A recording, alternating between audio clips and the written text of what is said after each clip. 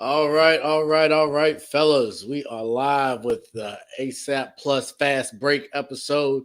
We have some amazing people here. We got Mike in the building, a legend, going to lead us through this journey. We got Chris in here that's definitely going to give us some extensive knowledge. And I am Mr. Bond Chronicles, your host for this episode.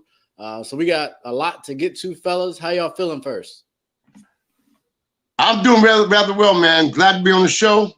Looking for a good show tonight. Perfect. Man, I'm doing good, man. Just ready to talk some basketball, bro. Absolutely. Well, definitely an exciting show for you guys. Thank you all for joining. Definitely don't forget to check out all the things that are going on with ASAP. We are definitely running the numbers up, so we want to make sure that you are liking, sharing, and subscribing both to the ASAP YouTube page as well as the ASAP Plus YouTube page, liking on Facebook as well. So definitely appreciate all the support there, everyone. But we got some great topics to choose from tonight, so we're going to go ahead and get started. And we can go ahead and kick it off for MVP choices right now. I know there's been a lot going on there, but who do you guys got for your MVP right now? Chris, I'll let you go first. All right, man. Right now, I gotta go with my boy Ja Morant. Dude is balling. Memphis shouldn't be like in the position they're in right now. I'm trying to pull up some of Ja's stats right now, but just the leadership that he has at such a young age, like we figured Ja would be good, rookie of the year, but where he is right now at this point in his career is amazing. Memphis has wins over like so many of the big names. They got wins over the Suns, the Lakers, the Nets. Like they're just beating everybody who they go up against. Mm-hmm. And that all has to do with Ja. Like he may, he's not the best on the defensive end, but who plays defense right now anyway? Good point. Especially in today's world, you think they tout like people like Rudy Gobert as defensive player of the year. He be getting dunked on. He be getting exposed, especially on the perimeter. Defense is not what it used to be. The lockdown Kawhi Leonards of the world. Even PJ Tucker he's kind of left that behind. So Lou Dort is maybe one of those guys, but superstars and playing defense, you're not getting no more Jordans or those Scottie Pippen two-way defensive players like we had back in the day. I absolutely agree. Chris, I hear your point. Point well taken, but I'm sure you know that when Ja was out, they went 8-2 without him. You know what I'm saying? So I'm gonna take that into consideration. If I may, I'm gonna give you right now power rankings and everything MVP rankings. They got Giannis, KD, Jokic, Embiid, and Curry. I'm sorry, fellas, I gotta go with Joe Embiid. First of all, the man's healthy. His big fault was he's always was injured, out of shape. The man is playing out of his mind. He's averaging 26.7, 10.7 rebounds per game, 4.2 assists per game without Mr. Ben Simmons. I think he's carrying the load. I think he's had like 10 30-point games or 5 30-point games. To me, he's just a terror. The man can do. He reminds me of old school. He reminds me inside, outside. He can take you low. He can take you deep. He's playing defense. 3-time defensive player of the year. This guy is the man. He's my MVP. Okay. I can't argue with that, especially coming off that big 50-point game in 27 minutes. Yeah. There you go. It was against Orlando, which I don't know if that's saying a lot. Yeah, hey, but it's the NBA team. I mean, it is an NBA team, and I think Mo Bamba went and got 32. So his career high in that game. Yes. For me, it's tough. Like I feel like this is one of those years where every MVP has a major flaw. I look at Steph, who came out hot. He's had a bit of a slump recently. I think LeBron's probably the best player in the league, but his team's awful. His team's trash, yeah. So, exactly. I can't give it to him. He's playing at an amazing level, whether it's year 19 or not. I look at Embiid, but they're like the 5th or 6th seed, so they're not really dominating in the East. But I do like that option. Morant, to I think it was Mike's point, they went 11-2 when he was out. So he's missed a bunch of games, and they still won a bunch without him, even though we do see what he is doing. It's a collective group effort. Jokic, again, not enough wins for my taste. If you look at Phoenix, it's hard to pick between Chris Paul and Devin Booker.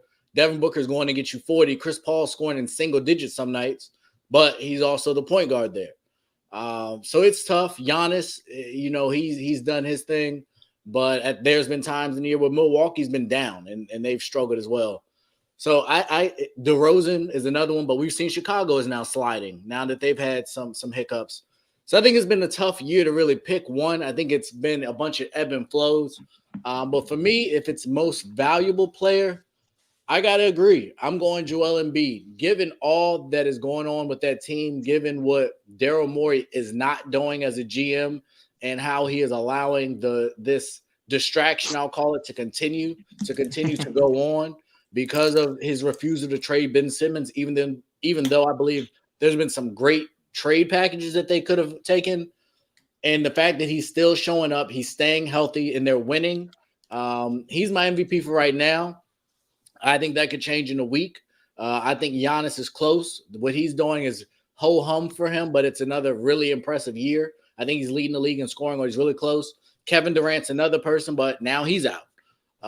So I would go Embiid as of right now, but I definitely think there are a lot of different options that really makes it a tough debate.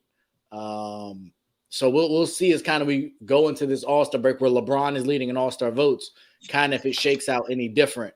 But that's kind of where I'm at. I would go Embiid for right now, but I definitely think it'll continue to change and evolve. And fellas, just to reiterate my point, the 76ers are gone 8-2 in the last 10 games. So we're going to talk about right now the teams that are playing good right now.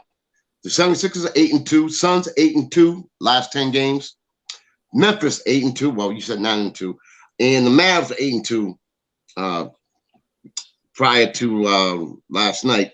So they're on the roll right now. So we're going to go by right now. I think Philly's on a roll. I think that Embiid embodies. I mean, he's happy. He's healthy. I mean, the guy's showing up the guy is just, to me, he's the epitome of what a true NBA center should be like or could be like. This is true. That's my philosophy. That's what I think. That's true. But the only thing is 6 seed. Like that's why I can't vote for Embiid. They're in the 6 seed. I mean, we did like Westbrook got it when they were 6 seed, but Westbrook did something historic. I mean, Embiid's playing great, but is it MVP great? And like I agree with you on what you said about Ja. Yeah, they did good without him, but you also got to look at what he's doing when they're there too. Yeah. Now you remember we ain't even to the All-Star break yet. We are not. No. This is way early predictions. Correct.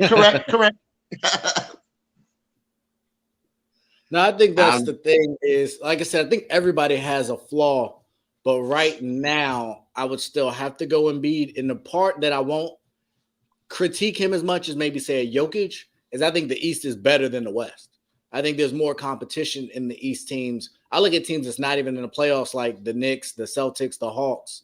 They're not even in the playoff picture. They're barely in the play-in right now because of just the competition that's there. I think I saw a stat, and I want to try and pull it up real quickly, that said the 1 seed and the 10 seed, there's only a 7-game difference. Like, it's a bunch of people smushed together. The top 3 seeds are a half game apart. Jimmy Butler's another name you could mention. Miami being right there at the 3. So I think Cleveland, they've overperformed me, but I don't think there's an MVP on that team. But the 10th seed is only 1 game under 500. Where if you go to the West, the Lakers are the 7 seed at 500, and then the 10 seed, the Blazers are 7 games under. So I'm not going to kill Embiid as much because I think the East has been more difficult, and I think he's carrying the biggest load of anybody because he hasn't had Ben Simmons and all the media circus around him. Ja's close because Ja doesn't have a necessarily number 2, not even really a Tobias Harris because Dylan Brooks has been out a lot.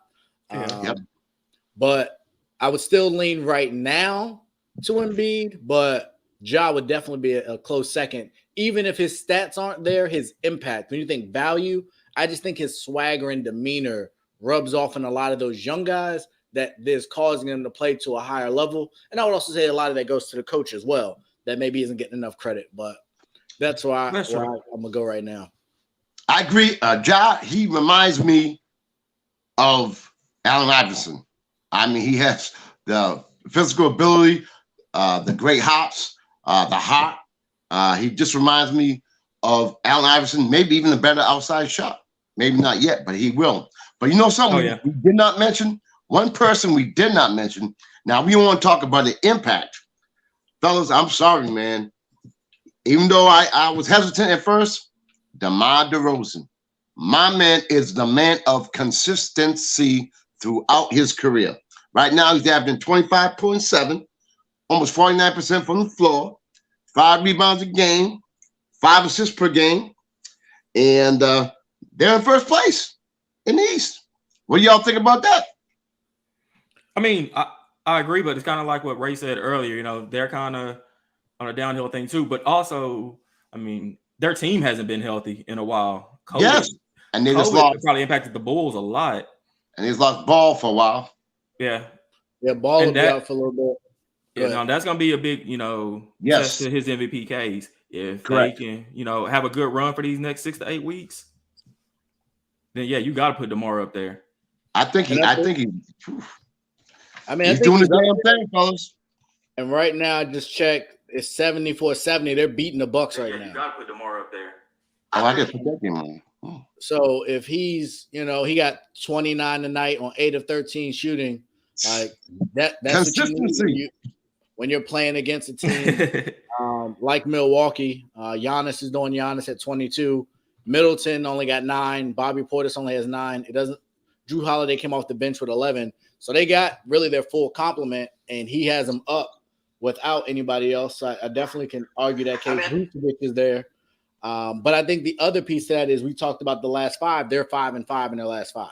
Or last 10, I'm sorry. That is correct. But one point I want to make is that he's doing this thing without shooting a 3-point shot. That's true. That is very true. Yeah, you know what I mean? He's criticized about that, but that mid-range game is probably second to Chris Paul. Yes, I think it might be ahead of Chris Paul, to be perfectly honest. No, we ain't going that far. Hey, check the numbers. Like Chris Paul is great in spurts. DeMar DeRozan has to do it all game. Chris Paul has a bunch of other scorers that can score on that team. DeMar but I'm just saying, like as far as the mid range, though, I mean, if you need that, you calling it for Chris. His volume is high. I'm saying based on his volume, he's shooting it more. So that's why I would give him the edge because he's forced to use it more and he's averaging more points per game. So that's kind of my caveat to it. I think Chris Paul's mid-range is great, but because of DeRozan's volume, that's why only reason I really give him the nod. But Chris that he's lived in the mid-range. He's made a Hall of Fame career in the mid-range. So no disrespect to Chris Paul. Not at all. Hey, I'm a 2-point guy, so you know where I'm leaning to. You know what I mean? So Good deal. Yes. Yeah, I think this is going to be a very interesting year, especially as we come down the stretch. I think wins and playoff seeding is going to play a huge role in who somebody can make a run. I remember when Zion came back his rookie year, he made a huge run to push for the rookie of the year.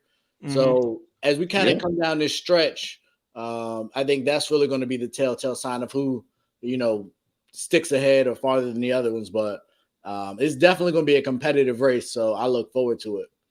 But going off of that, we have another man who's won an MVP, maybe should have won some more, but there's a lot of skepticism around him and him saying that he's not going to, or not that he's not going to sign an extension, but that he's open to looking elsewhere, given a lot of the Kyrie drama and just his role maybe in Brooklyn. I know you're talking about. Do you guys see either during this year, if the Nets start to falter with KD out, or in the offseason, do you see the Brooklyn Nets trading James Harden? Go ahead, Chris. I'll let you go first, Mike. I'm good with this. No. James Harden is not going anywhere. I'm going to tell you why. First of all, his contract is like ridiculous, number one. Number two, sometimes when you get a little older and in your younger career, you don't mind going from team to team to team. But I think he's settled down, and I think he's happy with the Nets. They're happy with him so far. I mean, he's not like he used to be, but he's still effective. I think that he is real close friends with KD. I think the space cadet Kyrie might come to his senses, hopefully, because that's the reason why KD and James Harden went to the Nets, because of Kyrie. So to answer your question, I do not see him leaving at all. What y'all think? Go ahead, I don't Chris. think he's going to be traded just because he's such a high demand. Like, I mean, what are you going to get in return for James Harden? Right. He's been traded before, though. Uh-huh. That was kind of a force. He's not going to force himself to be traded again, though. Like, Houston had to do that. Okay. He's not I'll going to let you sit. go. What's up? I said, I'll let you go. All right. I love this. He's not going. I mean, like, he's not going to sit out or anything. Like, he'll play out throughout this year. The off season, no, that's a different story. Especially if, let's be honest, with Brooklyn, with this team, it's championship or bust. And if they don't win the championship, Harden's out. And then at that point, though, I'm really kind of wondering, like, is championship the main thing for Harden right now? Because I don't think he's happy being, on any night, he could be the third option. We all know that Harden just wants to get out there and just hoop. That's all he's trying to do. True. Yeah, he's trying to go out there and get 40. Mm-hmm. Like, yeah. He can do that now in Brooklyn, but it's not a guarantee he's going to get enough touches for it. So I think he may try to go somewhere back to being, where he is the superstar. I think he came to Brooklyn more because Mike D'Antoni was there. That's a good point. That's a good point. Good point. And he wanted to run that offense like how he did in Houston, but it's not what he thought it would be.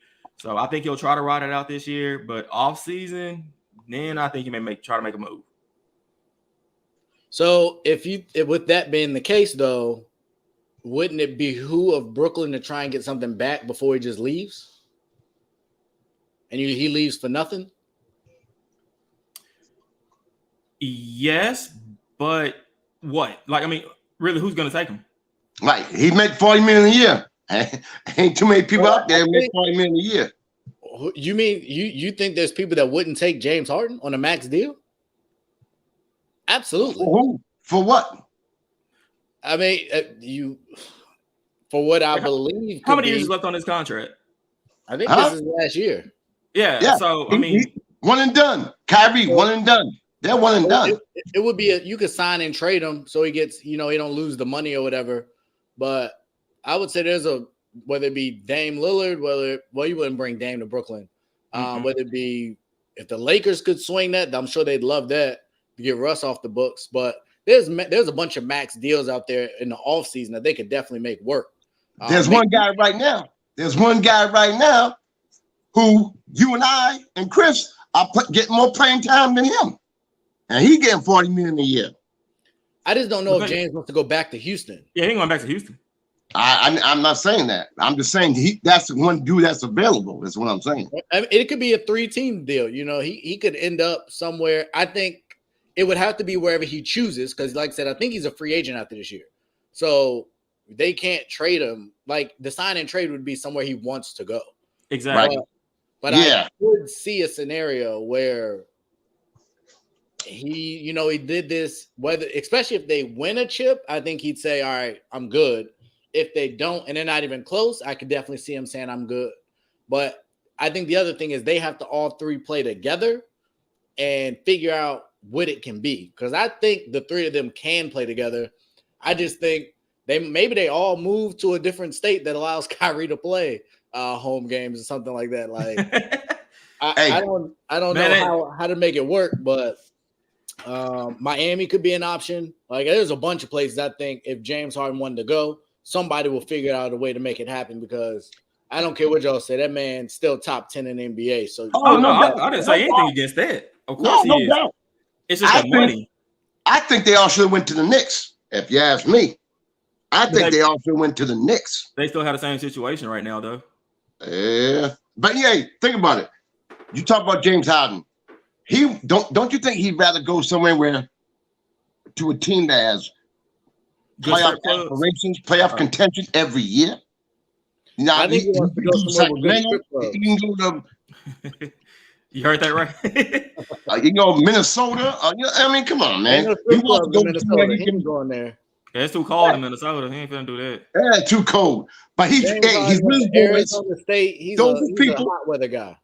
He Yeah, probably those are he's still in boys. New York. Those are people. Come on, they're the three amigos. I'm telling y'all, ain't nobody unless Kyrie really goes to the left, which he probably will.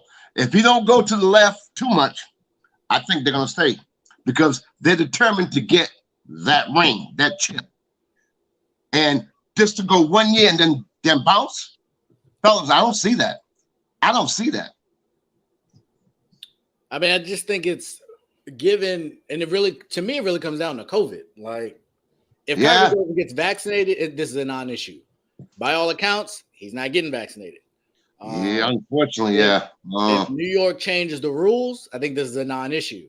But it doesn't sound like the new mayor of New York is trying to change the rules. Right. So if they come out with some kind of way around it, I've heard different reports that, you know, by spring or summer, we could be back to normal. I'll take that with a grain of salt. I think that's the big issue here is I think he likes playing with those three. I think Patty Mills has been great. I think we saw that they were the That number is one such an seed. underrated signing. Like I said that in the offseason. We did a show and they were like, what's a big signing? And I said that Patty Mills was gonna be a very unexpected great move. He's nice. He is nice, man. He fits right in. But his time is getting limited now because Kyrie came back, kind of takes him off the loop. When before Kyrie, he was killing it. Patty Mills is nice, man. I think That's the USA team. Golden State's dealing with that too, with integrating a big time player back. Yeah. But I think he'll be on the floor to end the game. I think they'll go with the small lineup. It'll be Patty, Kyrie, Harden, Durant, and maybe Aldridge or somebody that'll be closing the game. So I think he'll still be out there in crunch time, but his shot attempts may wane a bit, especially when they're on the road and Kyrie can't play. So, but you understand that when he signed there, he knew that. So I don't think it's a big deal. He came there knowing what was already on that roster. But folks, do you all know that Kyrie can play home games? You know that, right? So I've heard different things. I've heard that they can pay the fine, but I've also heard like there's like that isn't really an option or something to that effect. That it says that, but I've heard the legal experts basically shot that down. That you can't just keep paying the recurring fine. There's some kind of thing about it that it could get real ugly if you just blatantly ignore the rule. And it's not like they can sneak Kyrie onto the court. Like they're not the normal business with the 100 employees. Now, I have been saying the Supreme Court has been ruling against like federal employees and some of this other stuff. So if they keep striking down some of these mask mandates or these vaccination mandates, rather, I could see how that could trickle that if that gets struck down and, you know, the Nets appeal to the Supreme Court, like, I don't know the legal aspect of that, but if from a federal level, it's not required. I don't know if the state can supersede the federal. Like, I don't know how that part works, but that would be, you know, a whole different battle to try and get that taken care of. That's going to be interesting. I guess we're going to have to wait and see about that. Yeah, for sure. I do hope. Like, I like all three of the guys. I'm a Kyrie fan. I know Stephen A. and others, and pretty much every sports talk show has killed him for his stance. Like, I'm not that guy. I feel like if you believe in something, I don't view it much different than Cat believing what he believed. I don't believe he quit on his teammates. I don't think he put his people in a bad position. He firmly believes something, whether we or other people agree with it or not, and he took a stand for it. So And This that was the year, I'll thing give him the too. pass. Years past, he done did some shaky stuff. I hated his time in Boston. I don't like Boston, but I think that was a disaster. I don't think he's a great leader, but this year I'm not going to kill him like I would have in previous years. And you know, and I agree with that. That was the thing. Like Kyrie never said, you know, I'm thinking about getting vaccinated or anything. He came out from the beginning. It's like, nah, I'm just not gonna do it, and he stuck to it. The media made it a bigger circus than what it was. In all honesty, they put a lot of pressure on that situation. He stuck by what he said he was gonna do. He knew he wasn't gonna. He knew that, you know, unless the law changed, he wouldn't be playing in New York. And that's the other part that I don't like. The narrative that has kind of been put on him is that he got those people there, so he owes it to them. The mandate wasn't in place when he brought them there. So It's not like he knew that was there and then he, you know, still convinced him and then he didn't play. Like, he did what he felt was best. But and they're also grown ass men. I mean, they didn't have to go. Like, so you can't blame that on Kyrie either, because like he could have went and, you know, knock on wood, he has an injury, so now they're still playing without Kyrie. Is that his fault too? No. You know, fellas, I kind of want to get into this a little bit if y'all let me. Go ahead. You know, I played against his dad, who played at BU. I know his dad very well. His dad didn't have the talent that his son has, and the father. I know, but I mean, father was cool. I mean, Kumo D, played in the hood. I got ultimate respect.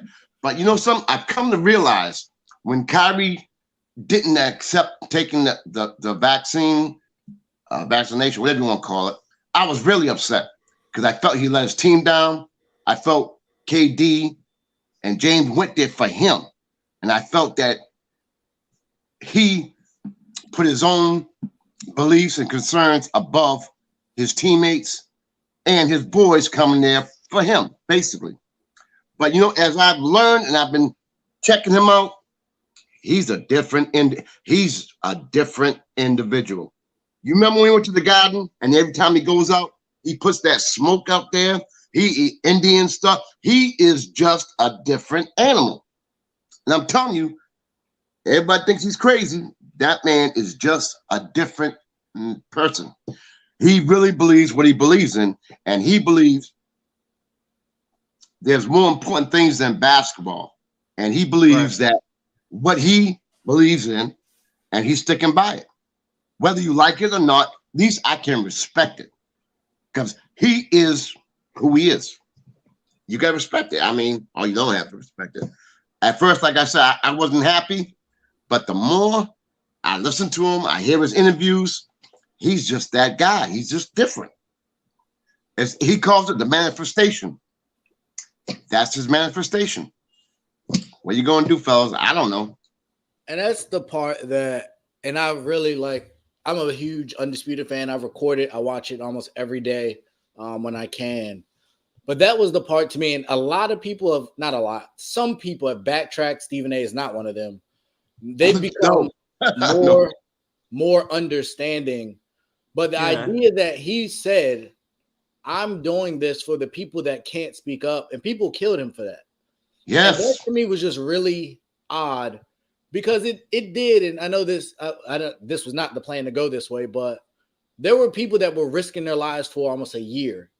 And those people are now without a job because they knew it better than almost anybody what the impacts could be.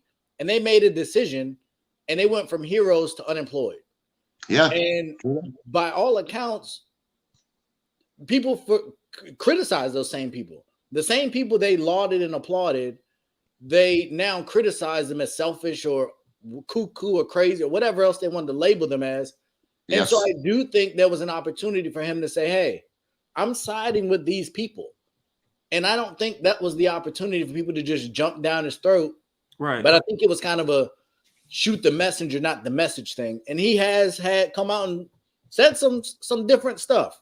I think he's super intelligent, but you know, the whole earth is flat thing, it does cause a lot of other things to be called into question. And I think like statements like that is what, you know, like you just said, it's not the message, it's the messenger.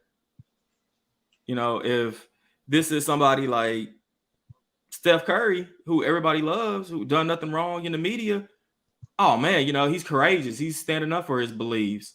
I support Steph.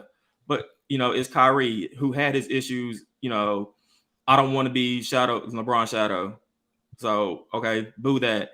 In Boston, he's just not playing because he doesn't want to. He wants to get out and everything. So we already have a negative image of Kyrie. Correct. So no matter what it is, you know, a positive moment like that, it's not really a positive thing, but, you know, just something that's different, a controversial statement, we're going to automatically side against him and criticize him a lot harsher than anyone else, probably. Right. And I think that's... You know something, folks? If you let me interrupt 1 second. What? Again, as I said, he's on a different stratosphere. Yeah.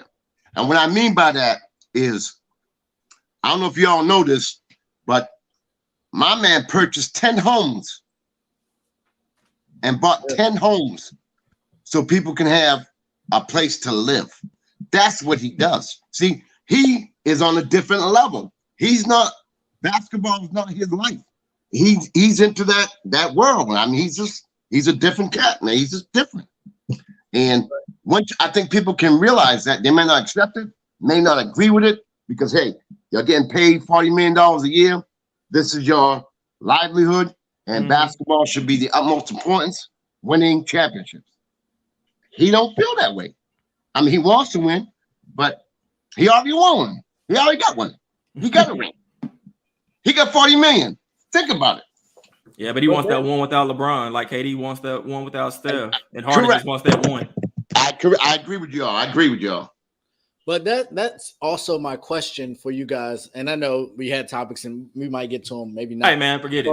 Let's wing it. Let's roll. Whatever. Let's roll. That's been a thing. And again, I told you guys, like, I watch Undisputed every day. And shout out to Uncle Shay for no reason. Huh? I said shout out to Uncle Shay for no reason. Oh, man. Absolutely. And FS1, if y'all want to throw us some money, we'll definitely come over. Hell yeah, absolutely. But the thought, he's been very clear throughout his tenure since I've started listening to him, that in life there is no balance if you want to be great. And that if you want to be great, relationships might suffer, family life might suffer. There is going to be things that are suffering. Tom Brady example. Tom Brady, right? Tom Brady example. That's a good letter. So with people like Kyrie, and to a lesser extent to me, Russell Westbrook, who a while ago said, not maybe a couple of weeks said, like, if we lose, it's not the end of everything. Like, I'm going to wake up, the sun is shining. I don't like his example as much because he is playing a huge role in his team's demise, in my opinion, with his absolutely play. Yes. But should that be a knock on players if their profession in sports isn't everything? If, for lack of a better term, they want the balance and they're willing to be, maybe Kyrie's willing to lose games, Ben Simmons is willing to lose money. They're willing to lose because it is more than basketball. Should that be more accepted, or should we expect them to be basketball the main focus of everything? Or okay, Chris, before you get Chris wants to get in. I want to get in. Go ahead. I agree with that to a certain extent, but guess what? Those players who have other things on their mind and other endeavors or whatever, what is enabling them to be able to do that? They have a skill. They're getting paid millions of dollars to be able to do what they want outside of basketball.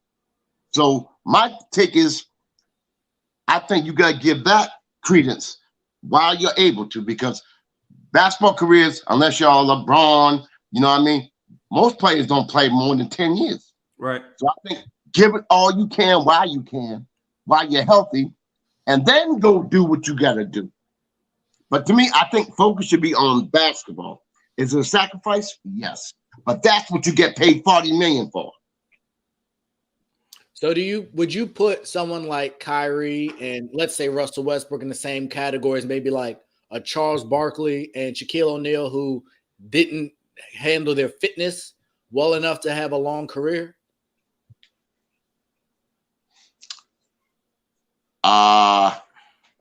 I don't know where you're coming from, because Kyrie's in shape. I don't know where you're coming from. So I'm saying most people would criticize Barkley and Shaq because if they took basketball more serious, they would have been in shape year round. So Right. Shaq would come back and have to play to get himself in shape. So that's one form of not necessarily having basketball be everything. Or you have the Russell Westbrook Kyrie version, which is basketball is really important. I'm going to be in shape, but if a cause is big enough, then I'm willing to step away from basketball. Do you put them in the same category, or are those two different thought processes in relation to the importance of basketball? Go ahead, Chris. You got it. I'm ready. Go ahead, Chris. I would say that that's two different thought processes. Yes.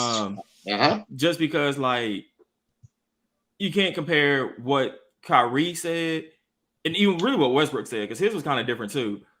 Because Westbrook just basically said, I don't care if we win, I don't care if we lose. I'm going home. I'm gonna go see my kid. Right. I'm gonna cash my check. Kyrie's doing it for, like, if you're trying to compare Kyrie to another athlete, I know this is a big stretch, but it's almost like an Ali type thing. Like, I'm in the prime of my career. I can win a ring, but this situation means more to me than what's happening on the court right now. Now, while I'm on the court for 48 minutes, I'm gonna go hard.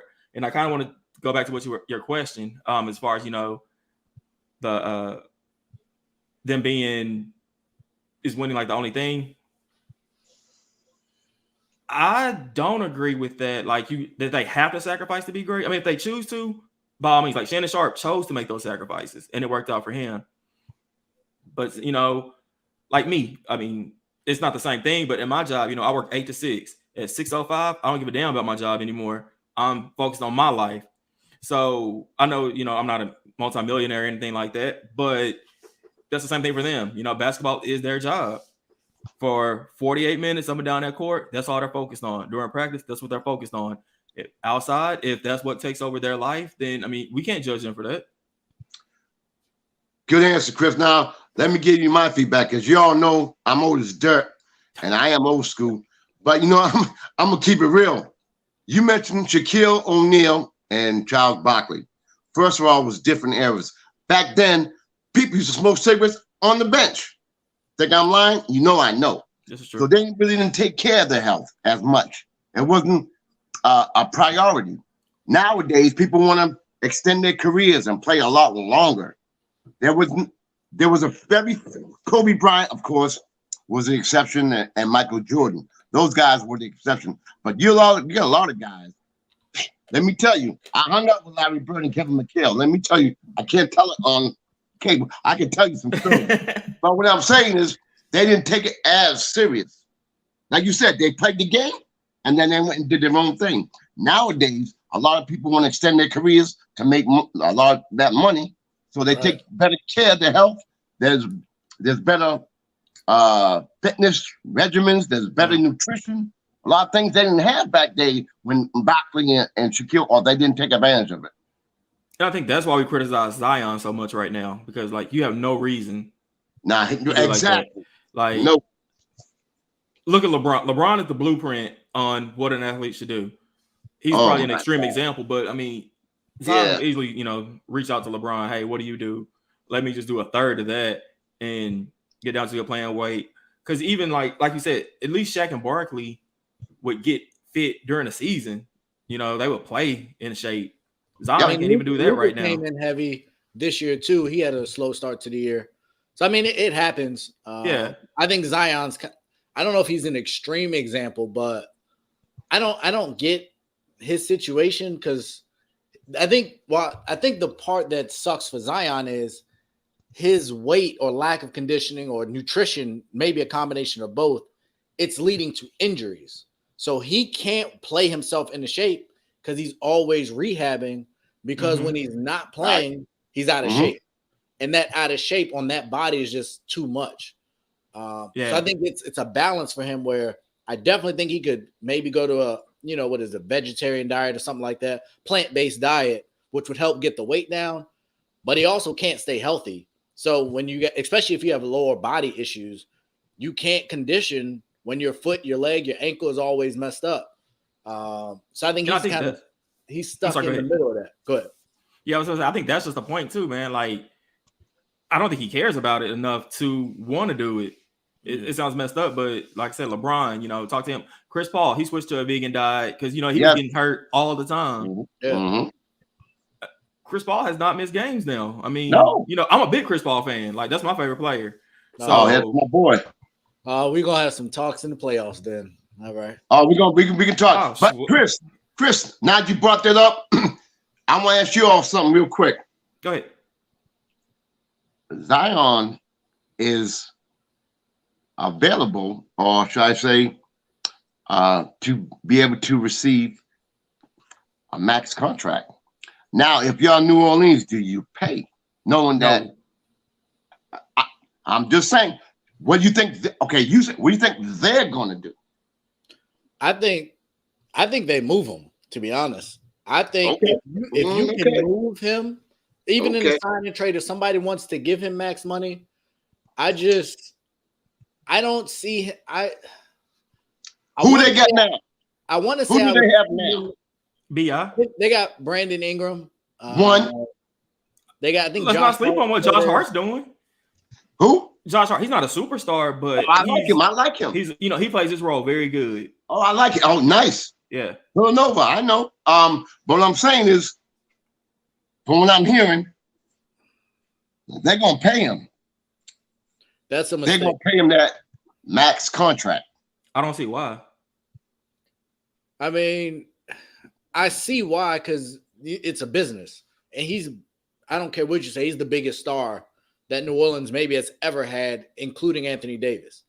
Was he 20, 21? He went to college for a year. I think he should be 21. 21? I think he should be 21. I'm just saying, fellas. I'm just saying. But that's why I think the catch-22 is if he goes somewhere, gets with the right nutritionist, and gets healthy, he can play ball. So it's one of those things where if you trade him away and he turns into this generational talent, which he has that kind of talent to me, then I think you look kind of crazy. And then if you trade him and then you didn't draft Ja Morant, then that also just looks really bad. And I guess whoever was facilitating that would be fired. And the whole front office has to go at that point, if they haven't gone already. But I think it's hard depending on what you can get back. But if you can go get another superstar, which I think you could still get, I think the value for him is there. I got one for you. I got one. I would move him. I would not. I don't let him leave for nothing, but I don't give him that max deal. What y'all think? The only thing on that though, what superstar wants to come to New Orleans? One that might not have a choice. I'm gonna give you one. I'm gonna give you one right now. Rando for Zion. Talk to me. Julius? Same amount of money. Julius Randle? Yes. He signed a max contract. I'm just saying. I mean, Zion's goal was New York. Zion's goal is New York. He would be back with Ingram from LA. I could see it. I think he would Zion and RJ Barrett back, and it'd be Duke all over again. Yeah. And Zion's 21. He'll turn 22 July 6th. Yeah, I mean, I don't hate it. I don't know if you can sell that as an even swap as a franchise. You might need some draft picks back from New York. Okay. But you don't think New York would do that? No, New York would do that in a heartbeat. I'm already hearing they're, second guessing giving Randall that money. And I don't know that they're trying to bring him back just because I don't know that he fits their offense. And they're booing him. New York crowd booing him every game. I'm just saying. Yeah, think about what you just said. That's gonna be a problem with Zion, though. I mean, he get up there and he eats too many pizzas or something, man. And New York, that crowd is tough. The cuisine in New York is you can have whatever you want. I know. Zion don't want Spike Lee mad at him. Spike Lee will make a movie character, man. And that's not good. But I do think it's one of those things where I think there's a lot of superstars that we're not thinking off the top of our head, but I don't think everybody wants the big lights. I think a lot of people have seen what it's like to play under those big lights, and there's a lot of pressure. Yes, ask Westbrook. Right. Yeah, Russell's seeing it. I think AD is seeing it.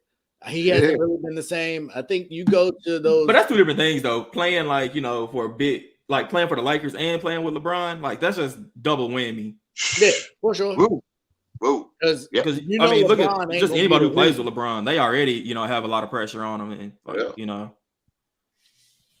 But it'll be interesting to see. But I don't know that the team would move him unless they get blown away. But if I was them, I get out ahead of it. The old Belichick philosophy of trade him 1 year before you're supposed to. Yeah, I hear you. Like if you give that young man a max deal when he's already had a bunch of rumors saying he doesn't want to be there, I think you can be paying a guy that sits on the bench more than you pay a guy that's on the court. And because in 3 years, Zion's played what? I think 70 games or something. Less than half the game. I don't think he played that many. Yeah. So I don't know. I wish him the best, but I don't think that's in their best interest. And I think he's still a very, very valuable asset. I think you can get almost anyone or a ton of draft picks for him because a bunch of people think we can get him with the right team. We can get him with the right teammates and we'll get him on the court. So I would try and get as much as you can for him. I hear you. I agree. Is Zion at risk of being a bust? 100% for me. Like, he hasn't got it done. He had a great first. When he's on the court, he's great. But outside of that, what has he done? I'm going to disagree only because he's only 21. I think it's too early. As of right now, if you're asking me right now, of course he's the bust. What I think, eventually, like you said, he gets a nutritionist. He gets his game plan together. He got so much outstanding ability. I think it's too early to write him off right now as a bust. It's too early. Look what Derrick Rose came back from. The injuries he's had. I can go on there. But look at the level, though. I mean, that was he went from big an MVP guy to a 6-man. That's a huge drop off. Correct. It'll be like the reverse of Harden, man.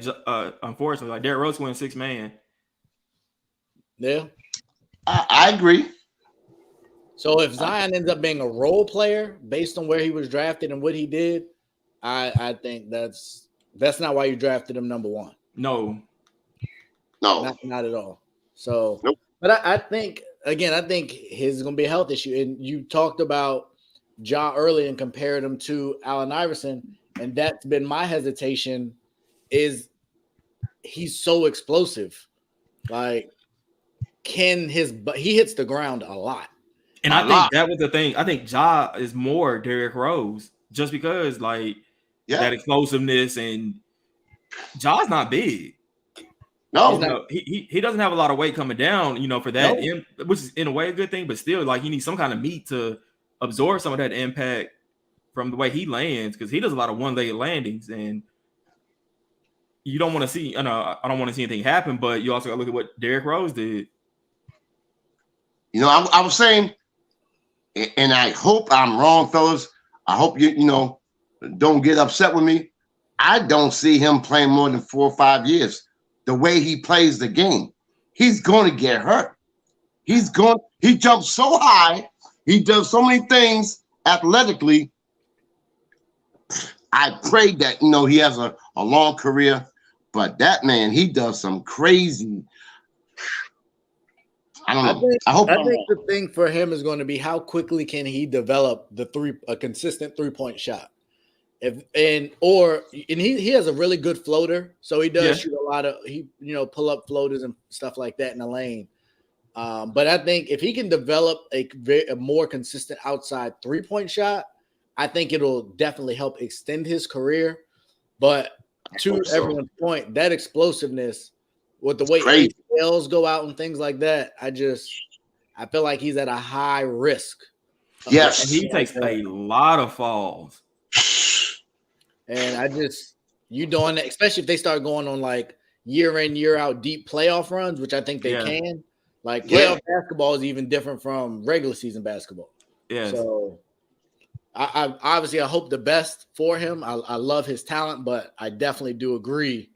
Health is going to be a big issue with him. And I know he's young now, but I'm hoping that he's taking the time after games to get the necessary treatment, because he's not playing for right now. He's playing for 5 to 7 years from now. Exactly. Because I think he can be, you talked about AI. I think he can be like Dwayne Wade. I think he has that skill set that if he can develop the mid-range game, Dwayne was more explosive than people give him credit for. And he wasn't explosive. But the way in which he plays the game, I think he could have a Wade-like career with his skill set.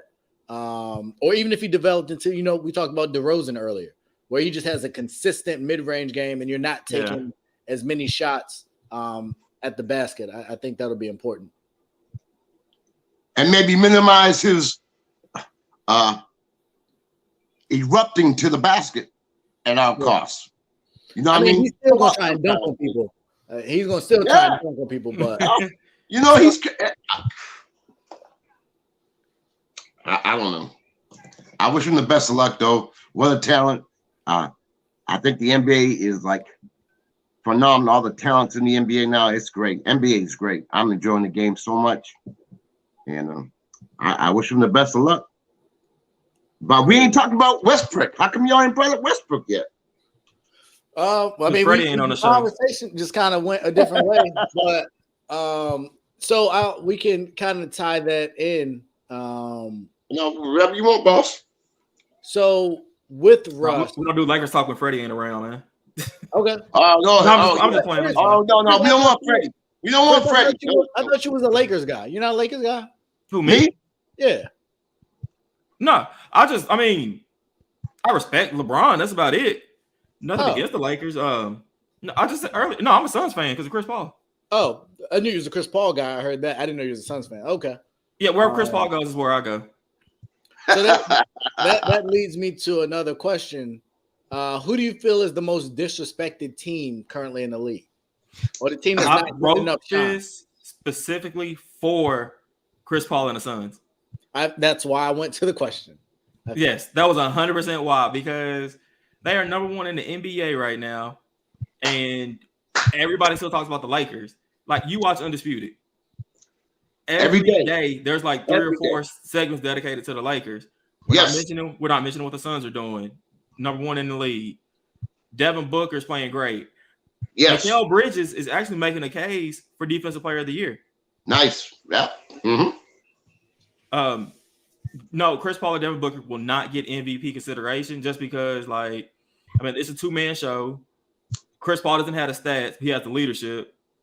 Devin Booker, he kind of goes up and down with his game. Okay.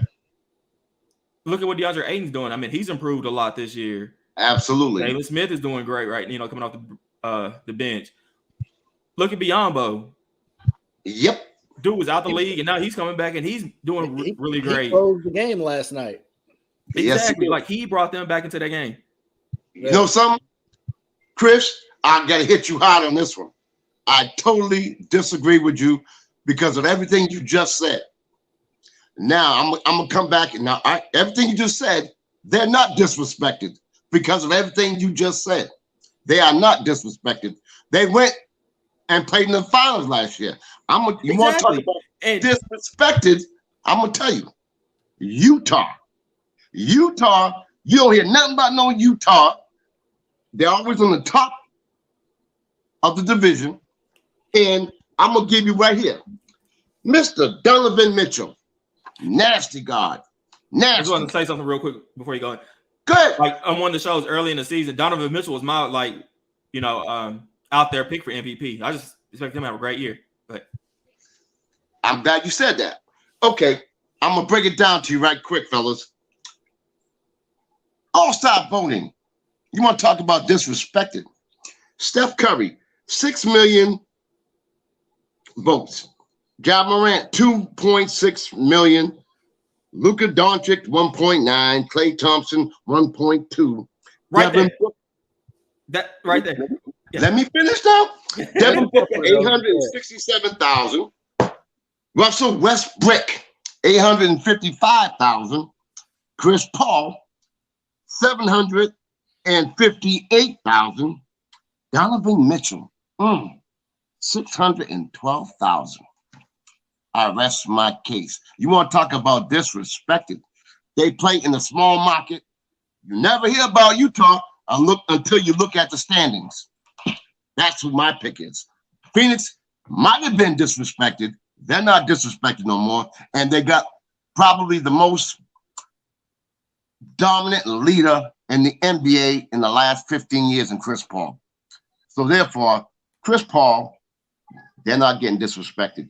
Utah's getting disrespected because they're way out in Utah. Games are on televised. They are not getting no respect. What's the whole thing? Do you have for Utah? Huh? What expectations do you have of Utah? The same I have every year. They're always going to finish at the top in the regular season, but then during the playoffs, they kind of fall apart. Boom. And that's it. So to both of your points, first, Chris, I understand, where you're coming from. I hear you. But you also got to realize, I just pulled up the ESPN Power Rankings, and Power Rankings all year. Phoenix has been almost at the top. So I know that the talk shows are not talking about it, but you got to understand what the talk shows are about. The talk shows are about drama and narrative. But Phoenix is broccoli. They're boring. They're ho-hum. They show up, they win. They don't have any great personalities per se. Mikal Bridges, he's phenomenal. He's not a personality. I forget the young. They got a young shooter, and his name is lost me. I think he's left-handed. Cam, yeah. Like, he's entertaining to a certain extent, but DeAndre Ayton, you're not gonna get no sound bites. They're not big on social media. True. Devin Booker is dating a Kardashian, and nobody even really knows it because I know. But he's low key. He's not the Tristan Thompson aspect of the Kardashian dating. He's dating a Kardashian, and no one talks about him. But that's because that's who the type of person he is. So that's why I think you don't hear about the Suns on TV as far as drama and narratives, because they don't have what the Lakers have. They don't got Russ and his, reel every episode. They don't have LeBron making comments. Their coach isn't about to get fired. They don't have Kevin Durant. They don't have a Kyrie. They don't have any drama to go along with them. They just show up, get the job done, and go home. Nobody's getting in trouble. But I think if you asked all those shows who they have in their top three, Phoenix is in everybody's top three. So I don't think they're the most disrespected. I just think they're boring, so no one talks about them. Who is has anybody predicted Phoenix to win the championship? I think a lot of people are. They went last year, and I think people expected them to take the next step. They expected Booker and Ayton to get better. They signed Bridges to, I think it was a max deal for what he could offer. It was like $80, $90 million. So I think most people expected them to be back and pick up, quote unquote, where they left off, if not go further. At least the people I talked about and from what I heard. And look how Chris Paul has made all those around him better. Look what he's done for that team. He's made everybody better, gave them confidence, show leadership. They're not disrespecting. No, not now. Even with your all-star voting thing, like Klay Thompson is above Booker. Westbrook is above Chris Paul. Yeah. But that's again, have you looked at Chris Paul's stats? He's not having this great all-star. I'm not saying he should be an all-star. I'm not saying he's going to be an all-star, but Westbrook above him? 14. What's he having, like 13, 14 a game? Something. If that. Is he that? I think he's like 11 right now or something. Yeah, it could be something. But he's averaging 10 assists, which is what he's supposed to do. But if you look at the stats, Russ's stats are way better. Now, Russ's turnovers and shooting percentage and efficiency is god-awful. I think Westbrook is 19, 8, and 8? Something like that. He's had a couple triple-doubles. Like, even as bad as he's playing, he's still putting up numbers. It just doesn't really matter because they're losing. That's the problem with Westbrook. Like, he's going to give you, he's going to give you 20 points on 27 shots. That's the issue. Exactly. That is the issue. But when you're talking all-star, it's fan voting. One, he's in Phoenix, not LA. Same thing with Donovan Mitchell in Utah. And that was, to Mike's point, I don't see Utah being, this great story because I think we've seen them year in and year out go out early. Yes. I think we're kind of waiting to see if they'll take the next step. Where Phoenix, I believe, took the next step, I think we've been waiting to see if Utah is going to do that. So I don't think anybody's hyped because we've seen Utah have great regular seasons for the last 3 or 4 years, and this is just par for the course for them, so to speak. Now, once we get to the playoffs, if we see something different, they upset Golden State or they upset Phoenix or something early on, I think you have a different conversation. But if they match up with the Lakers, who might sneak in through the play-in or something, I think the Lakers would be favored in that series because we've seen them come up short, specifically Rudy Gobert, and some of their wing, Bogdanovich and others haven't played well in the playoffs. So I think that's why I wouldn't say that they're disrespected. My disrespected team is Miami. I don't hear much anybody talking about Miami, what Tyler Hero's doing. I believe he could be on pace for comeback player of the year. Jimmy Butler in nobody's MVP conversation. And they're sitting a half game out of first in the East. And they've been destroyed by COVID and injuries throughout this year. And they've still managed to stay the course. They're still right there. They play good basketball, Bam and the others. Like, they are consistent. And nobody's talking about them right now. But they're just hanging around. Nobody's talking about any awards for any of them. And they got arguably one of the best coaches in the NBA. That is my most disrespected team, is the Miami Heat. Okay, now I kind of agree with you, but didn't they turn it up in the bubble? They did. They get made it to the finals. So your words were disrespected. I don't think they're disrespected. When you got Jimmy Butler, you got a bio, whatever his name is. They have a very good. That's what you did there. Whatever his name is. That's disrespect. Hey, I'm old. You don't even know who the name of the second best player is. Hey, let me tell you something. One thing I will say, though, about Miami, now, y'all don't know, one of my best friends in the world is Dave Lato, who used to coach at DePaul. And he had a player on his team 2 years ago that is killing for Miami. You know who that is? From DePaul? He's killing for Miami.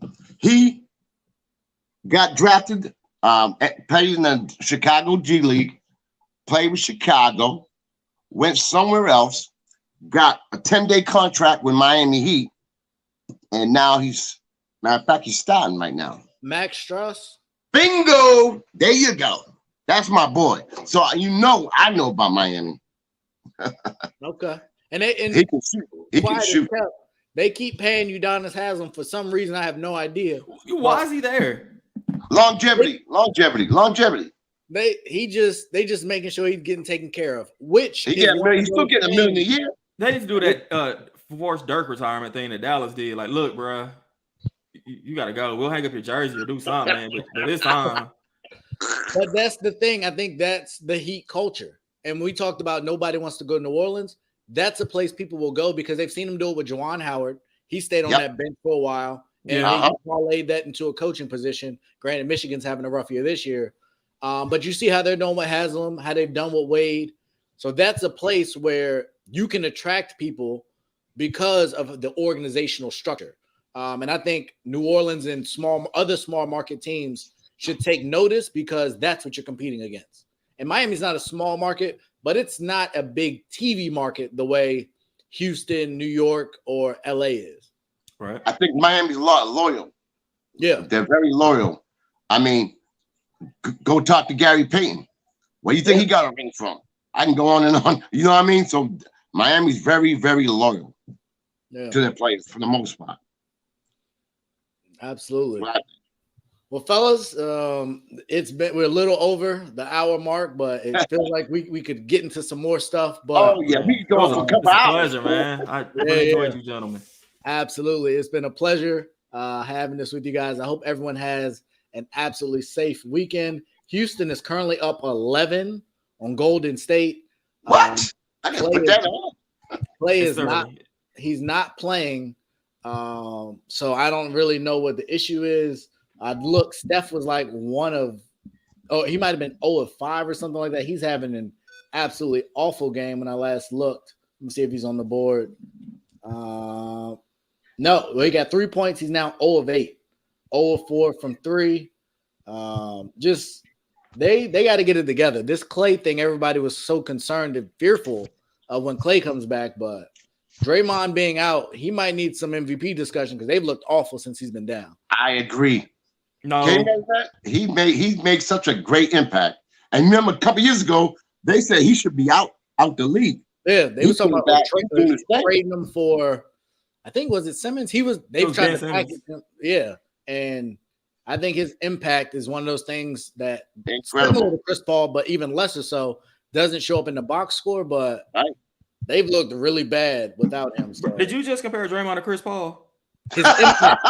Man, no. All right, y'all. Y'all have a good night. I'm out. Listen, you got to get that bias out your heart. You got to get that bias out your heart. Don't just pick Draymond Green, defensive player of the year, Draymond Green. But fellas, y'all have a great one. Enjoy, and we'll do this same time next week. Take care. Yeah, y'all.